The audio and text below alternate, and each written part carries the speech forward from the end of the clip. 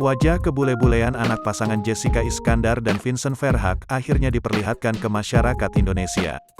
Jessica Iskandar pun menginformasikan wajah anaknya dominan mirip ke Vincent Verhaeghe. Jessica Iskandar, istri dari Vincent Verhaeghe, akhirnya memperlihatkan paras tampan sang putra kedua ke hadapan publik. Sebelum menunjukkan paras sang putra, Jessica Iskandar mengungkapkan bahwa kemiripan lebih banyak mengarah kepada Vincent Verhaeghe. Sedangkan Jessica Iskandar kebagian mirip alis matanya saja. Si kecil yang merupakan adik El Barak Alexander tersebut tampak tampan dengan busana serba warna merah bata.